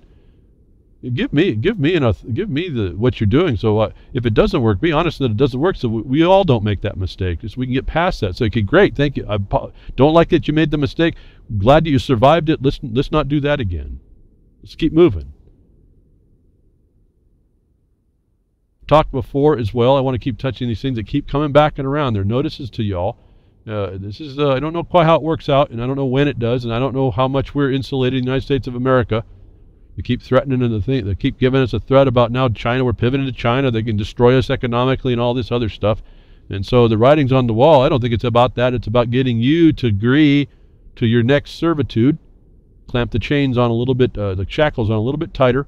Davos elites, elites, call for ban on physical cash in the United States. Again, I start reading. I was going to start reading. Why? There are some people out there that have some influence that are calling for the ban of physical cash. This is where they want to go. They're giving you the notice it's for real. I'm asking you to consider making the alternative that's been objectively provided to us in weight and measure, and make an alternative. It doesn't have to be in the weight and measure either, but you're going to have to all come together as people to figure out what you're going to use and trust. And I'm not sold on this blockchain whatsoever. I've told you that from the beginning. I think it's great technology. I think it's a great thing at one level, but it's not being developed for you. When you understand about technocracy, I think Patrick Wood wrote a book called Technocracy Rising. Now he thinks it's an end and I think his book is he thinks it's an end and the end result. I say it's a tool. I guess it doesn't matter. It's going to be coming. A technocracy's coming. Silent weapons, quiet wars, folks. You're going to you get plugged in. They're plugging you in, and if you don't have an alternative, whatever it is, they've got control of that part. Davos elites, evil lights, are call for ban on physical cash, and then we hear, and I told you before about the blockchain. Be careful. They're going to officialize it. SWIFT global banking system pilots blockchain tech was another report came right on out to tell us. Remember I told you about the property in Chicago. They're experimenting with a pilot program for blockchain on your titles, which are really just the abstracts. So you don't even understand how they're stealing away everything from you. You got to think in evidence. What's the evidence? What's the evidence? How do I have it or don't I? There's rules for all that. So you need to find those rules. Why do you find those rules? Not because someone else made it. It's because that's what we can all we can all balance. We can all weigh and balance what our actions are against an objective basis. It doesn't fall to the mind and opinion of a judge. The law of land, the law of the land, and the land of the law, instead of the opinion of man or woman, is what the objective basis I keep trying to tell you need to embrace. But the piloting the blockchain through a development bank it's a global interbank messaging organization. Is launching a proof of concept project using blockchain technology that keeps track of cross-border bank funds in real time. Won't read more. I think it's something you need to understand. The blockchain is coming. They're going to go cashless. They're going to take away your power. They're going to take away your autonomy. They're going to take away whatever they can. We're seeing the evidence in other countries. They're devaluing or demonetizing certain bills. They're changing the bills. They're doing certain things, and everyone thinks it's a great thing because, we're going to go after organized crime. The government is the biggest organized crime, and no one seems to understand that part. And they're doing it on this substitution of reality instead of the reality. They go on abstracts of money as money instead of the real money, the real weight and measure. The physical evidence of the physical thing is no different than what they've done in this, and what they'll do blockchain is to remove us and put our lives in an abstract of the life, the summary of a full life, removing the evidence that we needed to make substance of it, which made us different everywhere. So if they take that away, we're not different anymore, are we? So those of you that want to blow up the system, I think you better really rethink what's going on here. You better hold to the things that were substantial and foundational that gave us an ability to not fight amongst ourselves, make an objective basis that's not determined on someone's opinion. You better hold on to that stuff, otherwise you have no foundation. They're going to a cashless society at the global level. That wasn't told to us just to say, oh, we're going to try something and, oh, it might fail. No, this is coming. This is going to work it out. They're working it out. And you are going to be, well, woe is us, folks, if we don't figure out a lot of alternatives, actually. And we have it in us. It's all of our determination. That's why I keep telling you that. Understanding what a mining district was, when the miners were outlaws themselves, where there was a government oppressor that would go after them, they still created their own internal government to protect themselves. Is an example that really rings solid in my ears, how this works for us, how we, the men and women of the country, are the power. And it's not really making the mining district more than understanding the underlying power was in each man or woman that made up the assembly. That's where the district got its power, and that power in the land could not be taken away from us or interfered with us unless the government became the oppressor and or criminal. And that all of us should be able to beat a fiction pretty easily if we just started to understand this stuff. So, moving on. I try to move on here. Tick, tick, tick. Trying to get some ideas together, trying to give you a flow of ideas that's going on. Really kind of keeping your head on a swivel, if you will, to understand there's a lot to have to deal with. And if we don't want to be blindsided, I guess today is one of the, maybe the title, I don't know. I'm going to make this stuff as I go after the fact. I just have an idea moving, and I just try to reference all this. We need to understand what's going on. We need to not disregard it. We need to understand everything that's going on, and not allow to become important things of unimportance, and allow the meanings of things to come through, despite maybe their fictional nature, despite their fake nature. Like I said, it's notice to us. Everything is a piece of information. What value are you putting on it? What are you going to do, more importantly, with that?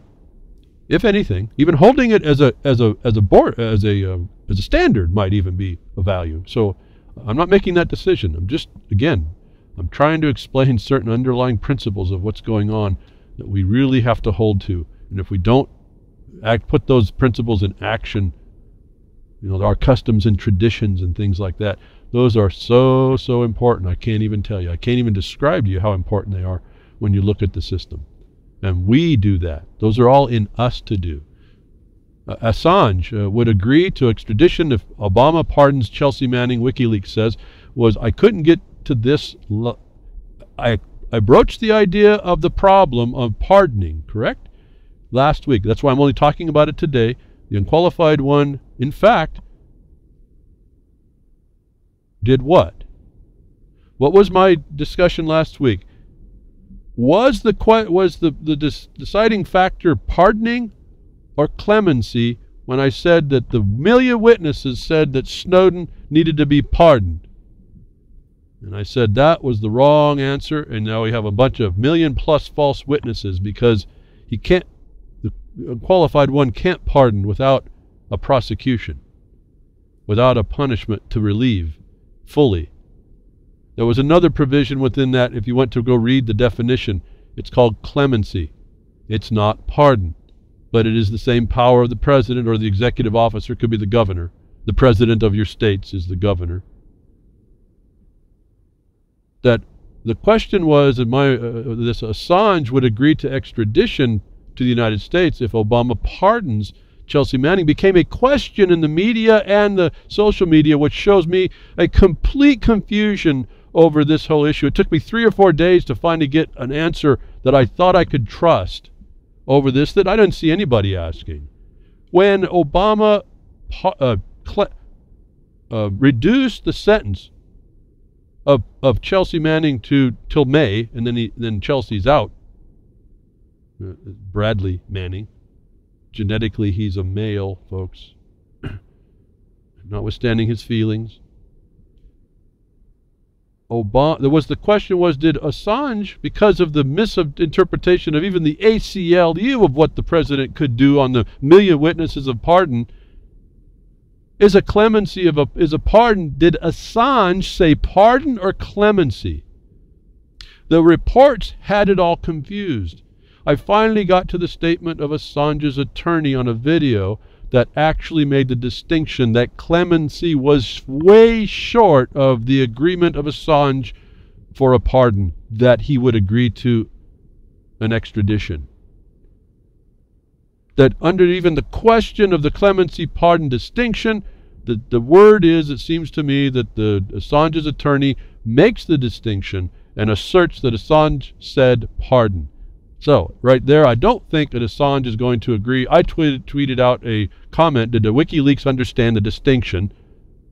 And then I also said, where Assange said he would be looking to go as extradition, he would submit himself to the courts if justice was available. I said, do you even know that an Article 3 court is not available to you? Now, nobody responds to me ever, it seems. Well, they do when they're when they have a little, when they have their little pet peeve that they're trying to protect. That's always funny. I'm laughing right now. I've kind of got a silent gut bust going on over this anarchy stuff in my feed. But anyway, it's just hilarious, the incongruities that build in people's minds that they don't even understand. I don't even have 140 characters to explain it, and I don't have the time to explain it, but it just starts to become this massive, laughable joke as we move along with the wrong interpretations of what's going on. That this pardon clemency thing came out, it becomes a question. They make it confusing, and they've maintained the confusion. I started to focus on that because as long as we stay confused, as long as the terminology isn't objective, by whomever is going to be using that. It's not our definition. It's who is making the decision with their definition that you have to look at. Why I was saying the dictionaries kind of fail at this point.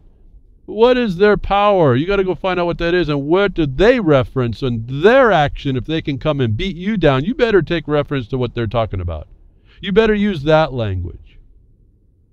When Obama's using democracy, you know you're in a Republican form of government, you better be able to make that decision. And it's not a definition, it's a function. If you don't understand that, you're missing it. The story comes out again on this Assange thing. WikiLeaks to U.S., Assange will turn himself in if you pardon Manning, ends up being the statement. And the distinction being that pardoning is not clemency. And Assange can be the man of his word and not be extradited on his condition that he would be.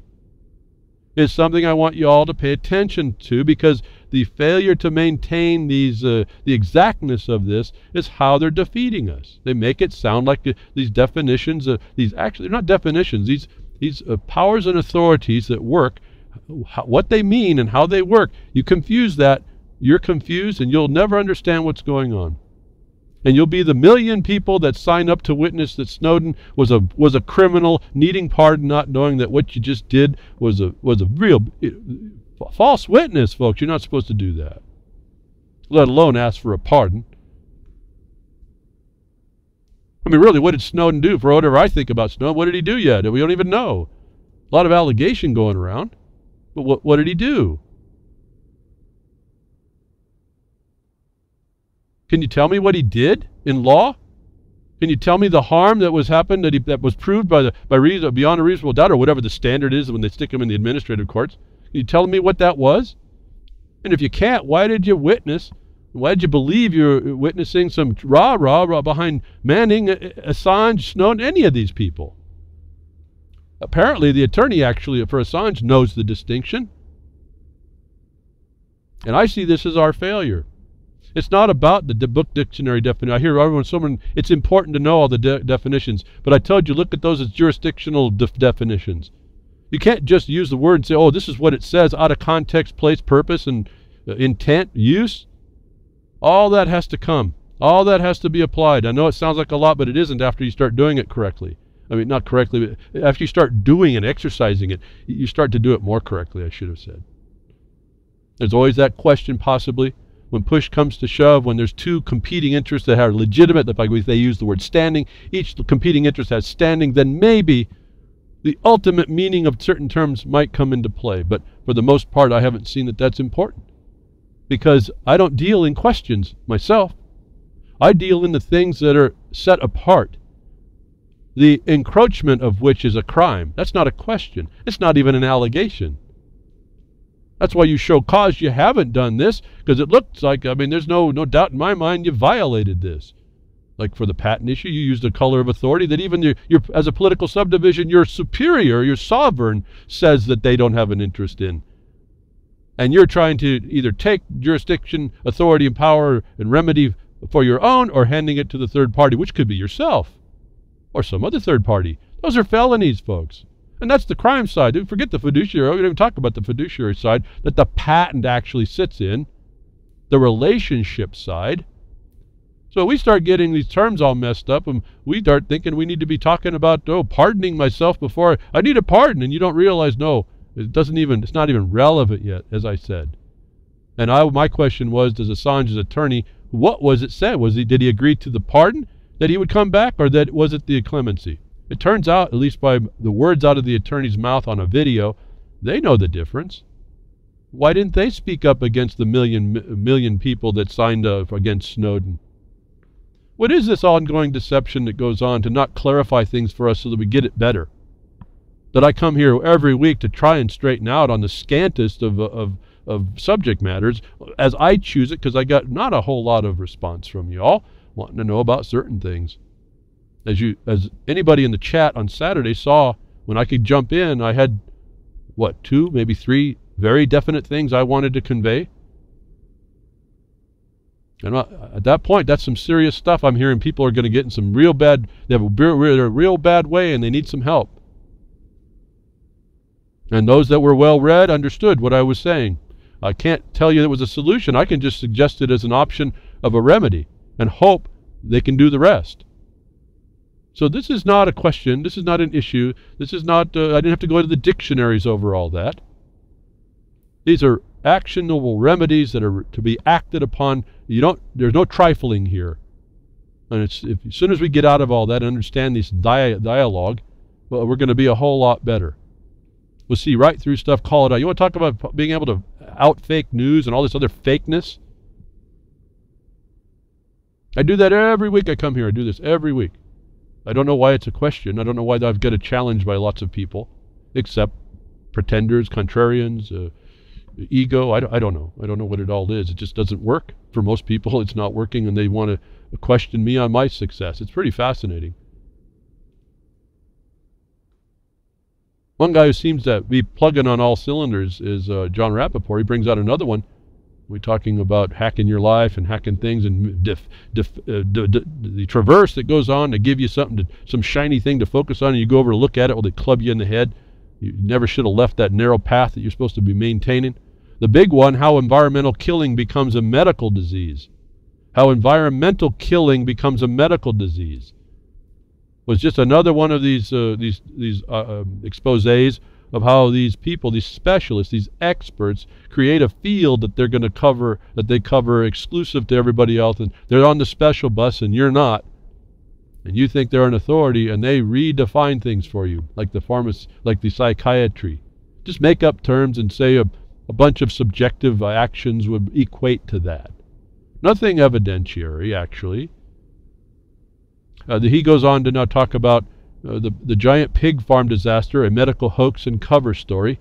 He talks about the pig's fly flu. Remember that, folks? The swine flu? I called when it would be real when pigs fly, is what I said. How many years ago?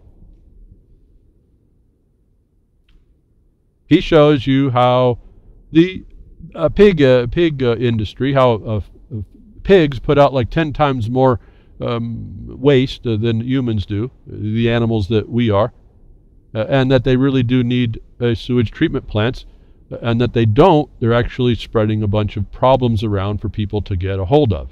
They get to get and enjoy the diseases of the pigs, and pigs that are given antibiotics and all this other stuff. That he goes off on a little bit different tangent than I think I would, in order to explain to you what I started to get out of this and where we may be getting it wrong. Not that John's wrong in identifying, exposing us to how the government changes an environmental problem to a medical problem, which they profit from, handily. But my observation here was, this is where people, these farmers, these ranchers, these people that are servicing the production side, really have a problem feeding y'all, and we do have some real problems. That when it was identified that there's a 10,000 pigs on a farm, which they're talking about one of these Smithfield farms. One of the biggest one in this country now is owned companies, pig processing companies, is pork producing companies, is owned now by China. For those of you that I told you that, as in the 80s when Japan came to the United States to get rid of its cash, China would be doing the same thing, and now they got trillions. They went into their food production and our minerals, their coal and stuff. But specific to this, when it's found out that the pigs put out 10 times more waste, if you have a 10,000 population in a city, they put out enough waste to equal 100,000. That should kind of give us the idea we need a sewage treatment plant. He mentions that. John Rappaport mentions that. What I wanted to point out is if people understood what the obligations and duties of the government are to us and to producers, this really wouldn't be a question. No different than we proposed to a little town in eastern Oregon, the middle of nowhere in the mountains, when the Forest Service jumped on this little town and tried to use the EPA to force all the 500 or 600 people there to raise a bond to create a sewage treatment plant. One of my colleagues, I advised him to run over to the mayor and say, hey, here's what they actually have to do. They have to tell the Forest Service if the water level is not sufficient, the Forest Service has to build a dam so the water level is sufficient to make it so the water purity stays above federal requirements. And that's if you can do that. Secondly, if you can, go ahead. Then you have to, if you can't, then you have to turn to the EPA, who's making the demand, to make the sewage treatment plant. And the federal government, has to pay for it.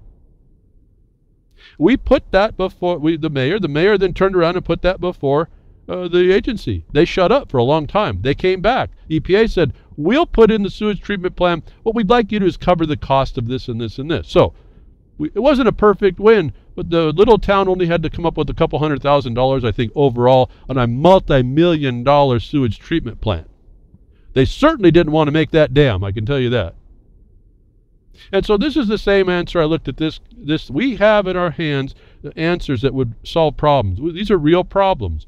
I don't know why we do it wrong. I don't know why we allow it to become a problem where the government continues to allow corporations to profit and harm us at the same time, and our food system, and the pigs. I mean, I don't like this whole thing, but I don't know what else to do. I'm a meat eater. I can't help it. I tried not to eat meat. I told you about all this. It didn't work. 8 months, it just didn't work. I did everything I thought. I had to have chicken soup to fix the problem. I'm a meat eater.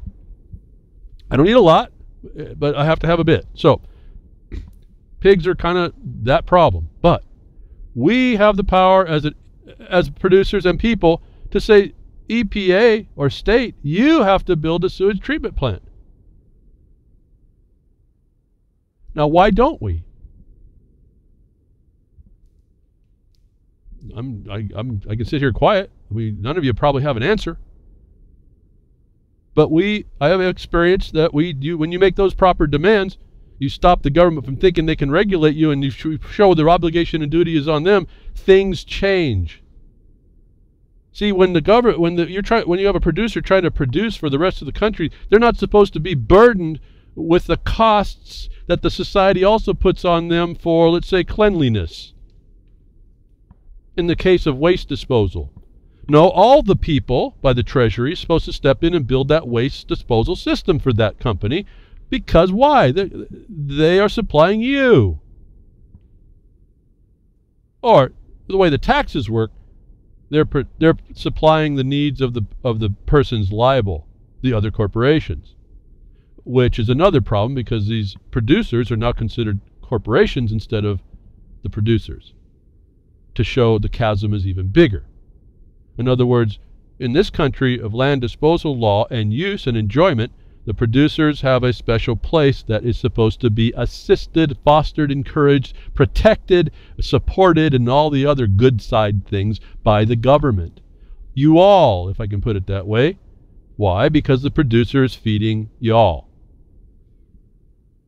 And so I see an expose that John does so well, and right in here I'm reading, well, why Why don't they step up and, instead of being the target of a harm, becoming the pig farmer being a source of the government's ability and other corporations' ability to take advantage and opportunity for their sake, why isn't the command made down as law requires to make that sewage treatment plant is something you have a right to know about, as I just told you, and look around your world and see if maybe you can't start to assert that around you if you didn't know what else to do.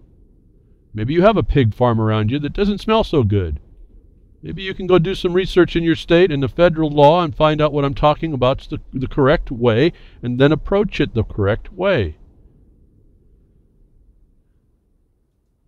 Again, I don't, just on and on, it's these thoughts.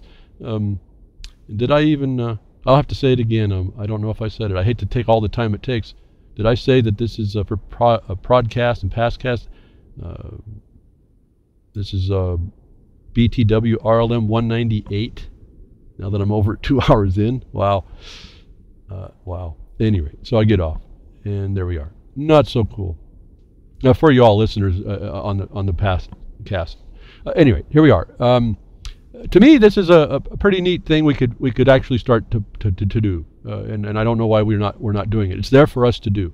We complain a lot. We worry about all the things that are done wrong, and yet we don't bring the right things and show a simple answer to this. Now, this false information, the opportunists in government and corporations taking benefit of these systems do, instead of doing the right thing. In other words, the producer may not understand that he has the right to do it, but you can inform him of that. And maybe they would agree because they do have a problem. They understand this. They just don't have an answer for it. Maybe you might be the first thought about how that starts to work. Maybe you get them to work with you as well. And because you can point out the objective reason why it's not their expense, it's actually the society's expense through the governmental treasury to aid and support the production, you can bring that to them. But you need to have the right information. And so one of the things that John was talking about was big pharma, medical conditions being fabricated by environmental events and elements. That right in time with this, it was another report, and it's in a foreign language. It's in German, and I have a little bit of trouble getting a lot of translators to even look at the page. I finally found one. You'll get the link to that in the blogcaster. To be able to translate this over, and it's a rough translation. I always hate to make discussions about this because I don't know if it's translated quite correctly, but I took out some passages that look like they may have been translated correctly. Now when you get to this translator I've given you, it's a Yandex, it's in Russian. You'll have to understand how to find the English language. It's the first two letters you're looking for is A and an H. That's A-N in Russian. You're looking for Anglish is what it's going to be. So A and H, and then a hockey. It's not really a hockey stick. It's a right-facing bracket. Only the top, horizontal to the center, and then down. That's a G. So the letters translate. You can read it if you look here. They're small print, but look for A, H, and then this bracket is the first three letters. Click that, and then put this link in that I'll give you on the blogcaster, so you can read this for yourself. Maybe those of you that know German can correct me if I'm wrong here, but what I found out the translator said was these two things. The information that we are proceeding on that the experts say that ain't so. The two quotes that I got here, there's actually a couple more I'll read from this. And this is based on the challenge to the existence, the existence of the measles virus. It's in German court. A high court determined the evidence showed that there was no performed control experiments by authors of many papers on the subject regarding the existence of a measles virus, and this error became the basis of the belief in the existence of all pathogenic viruses. The failure of control in analyzing viruses creates the belief in the existence of all pathogenic viruses, and this was found to be wrong. There is no actual proof of the existence of a pathogenic virus. The result of this, and I'm paraphrasing a lot, there's a bit to read. This admission may explain increased vaccine damage rate, specifically measles vaccination, and why and how vaccination increased autism triggers. The experts, the scientists, the people that are doing the research didn't have a scientific basis and did not have proper controls to support a belief in the existence of a pathogen or a whole class of pathogens that an entire laws and entire industry is based on. They don't claim what it is. There hasn't been a scientific study to find out what whatever it is. What it is, what Clinton said, depends on what is. Yeah. This was, to me, earth-shattering, rocking. I mean, what are you going to say? This is devastating finding. That they can't actually prove the existence of all pathogenic viruses, though this case was focused on measles.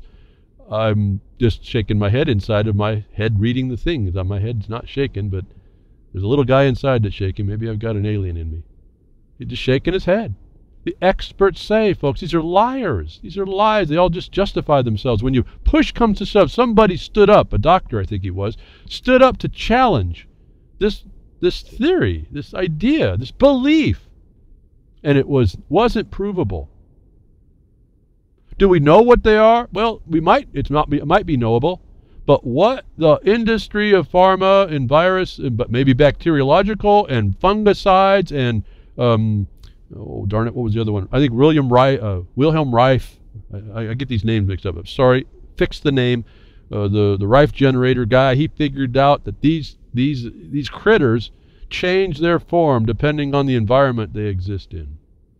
And so we get back to a little bit of that just to show you it kind of moves over that we are being told wrong. It's being a color of authority that covers a lie. It's a felony against all of us. I can say the same words everywhere where we find this condition. Experts say. How often have we talked about it? I don't know if I was one of the first to actually repeatedly broach it early on. I know I've done it forever. I don't know who else might have been doing it. Experts say. In fact, me and William Roberts, it was kind of like a joke between us. We finally picked that up together. I started saying it, then I heard him start to say it. I don't know. Again, I'm not going to, no credit here for first. I'm saying that we see that there is this lie. We try to tell you all there's lies everywhere. When I say challenge authorities, I'm not joking, and there's a ways to do it, and they make it so tedious. That has to change too.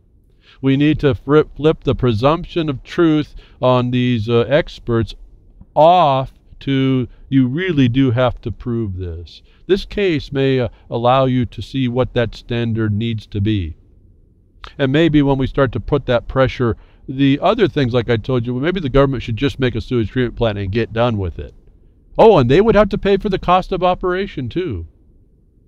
Don't let them talk you into, you can agree to do that, but don't let them talk you into it, because what they say, what the courts say, we agree to this, that no one should have to pay the burden for the benefit to the many on environmental or police powers issues. All right? So there's very foundational theory, very foundation for what I'm saying. You just need to find it and stay there. And then you need to find out whether or not when someone tries to elbow their way in, whether or not they had the right to do that or whether that was a crime.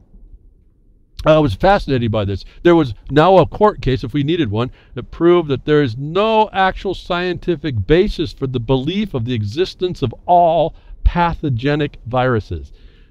What a statement, folks. So you can get it, you can see it for yourself. Again, I couldn't find a translator that picked up that page. I did find one, it's Yandex. You have to go through, it's in Russian, so you have to go through and select the English language. It's AH right-facing corner. You'll see it. And you look for that, it's like about 3 or 4 down from the left-hand side of the list. Click on that, then put the link I have for you on this article. It'll automatically translate. It's kind of fun. It puts it in German and immediately flashes it in English. And it's translated, so it's not perfect. Just read through it. More information. things they do and the things they don't understand that cause us to do certain things, and we wonder why nature gets stronger. What doesn't defeat us, strengthens us is certainly the adage that we can apply to antibiotics against viruses because we don't understand what they are. And I needed just a public service announcement, nothing else. I used to do a lot of the recalls. Just how it became so many. I finally told you folks, just might as well make a tab for all the recalls and look at what's been going on in our food system. I've never seen so many diseases coming through our food system anymore. What the heck's up with that? But anyway, here's one that's very, very serious. U.S. woman dies of infection resistant to all 26 available antibiotics. I thought was something you need to know if you haven't heard about it. A U.S. woman has died from an infection that was resistant to all 26 available antibiotics, health officials said this week, raising new concerns about the rise of dangerous superbugs, so-called little critters, little beasties. They're pretty tough, and because we don't understand them. We just got the proof now. We don't understand what they are. They make lots of money on making guesses, and by gollies, and throwing any kind of chemistry at it. It doesn't matter. Now you're going to start dying. There's nothing can stop this type of a thing here. Now, if that would have been me back in the 90s, I'd be dead. I had one of these little beasties that was about ready to kill me. Somehow I didn't last. I lasted longer than the 4 days it kills everybody. I told you about that. I would be dead if that wasn't available. And now it's not. So, kind of an interesting thought in my mind. Won't go on again. I could read it. I don't know. You don't refer back to me to say read. So I don't, and I don't want to read. I'm just telling you that there's more to see here. It's really noticed to you. It depends on how much you want to be noticed. I provide the links. It takes quite a long time after in the blogcaster. I asked you to go there and look. Some of you do. A lot more of you don't. Anyway. Very important. We need to keep aware of what's going on. We need to understand how. The question: how are they able to make an antibiotic that was working if they don't understand the virus? If they don't understand the pathogen? If their belief is not strong enough to overcome reality, folks, you're going to have a problem. Okay. I mean, so many things flashed through my mind when I said that. It's wow.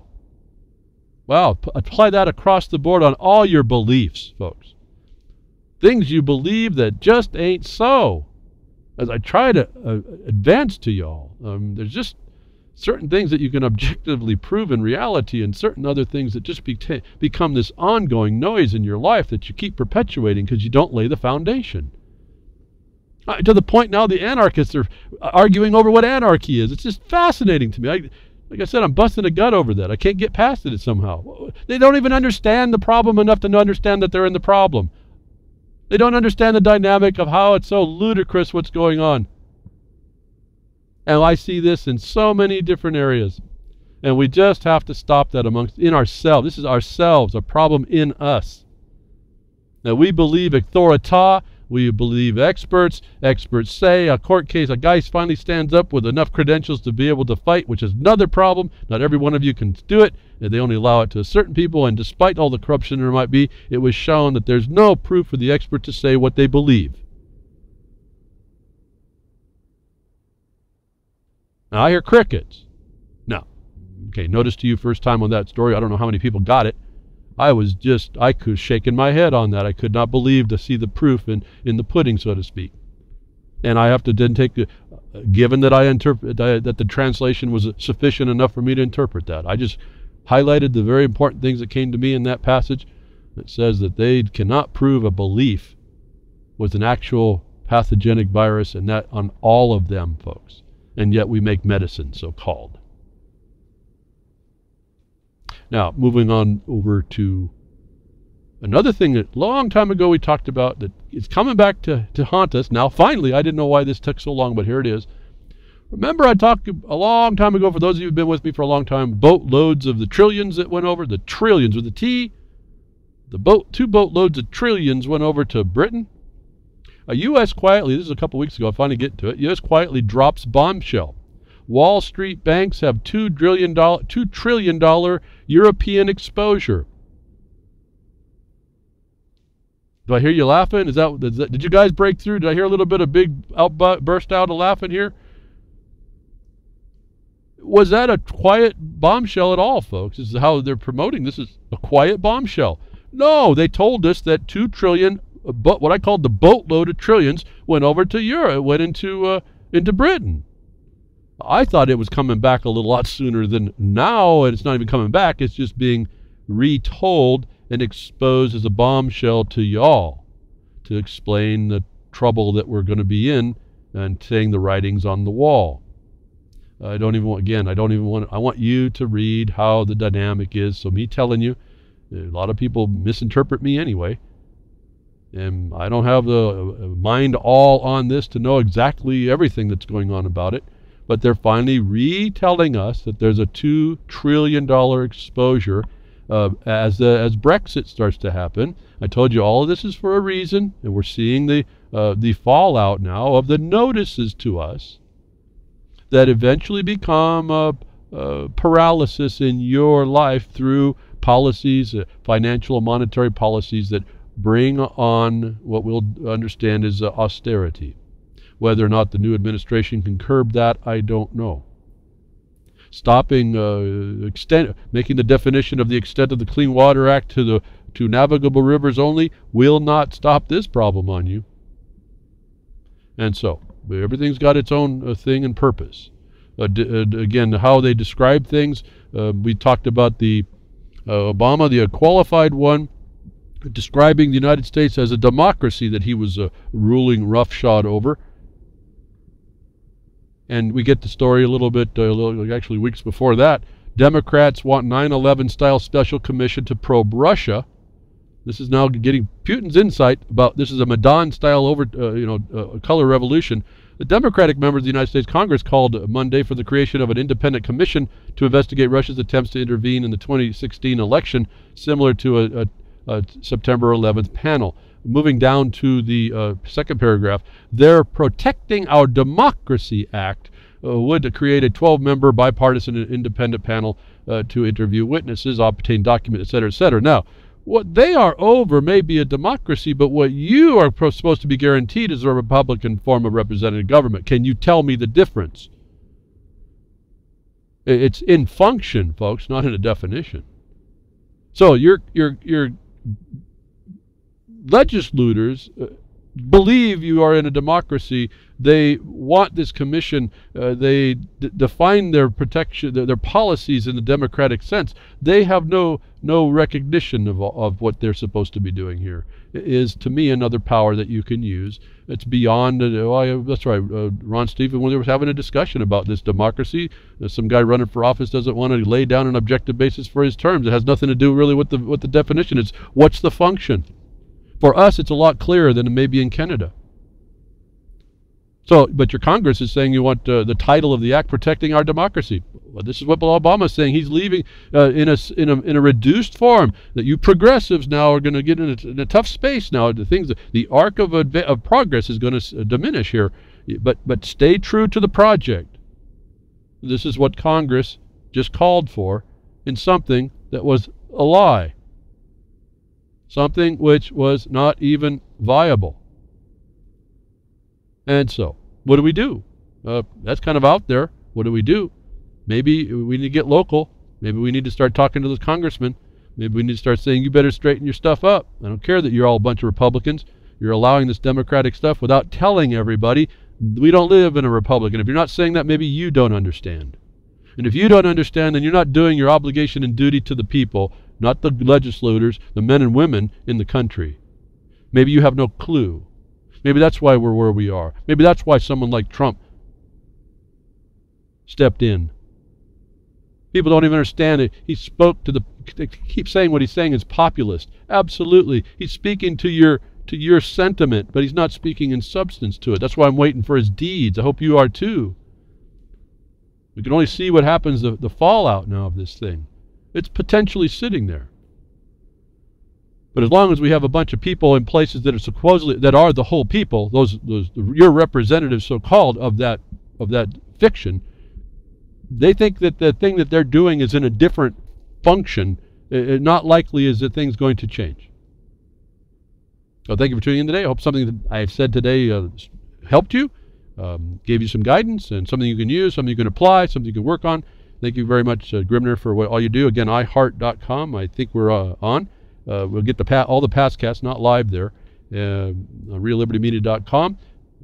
freedomsnetwork.com for the social network. Thank you very much, Bo Diddy and Grimner. UCY.tv, thank you, Jules. Appreciate your simulcasting and your past and broadcasting that you do. And terrestrial broadcasters always appreciate you sending it out to those Luddites out there that may be the only ones that can hear the broadcast, given there's going to be a frequency left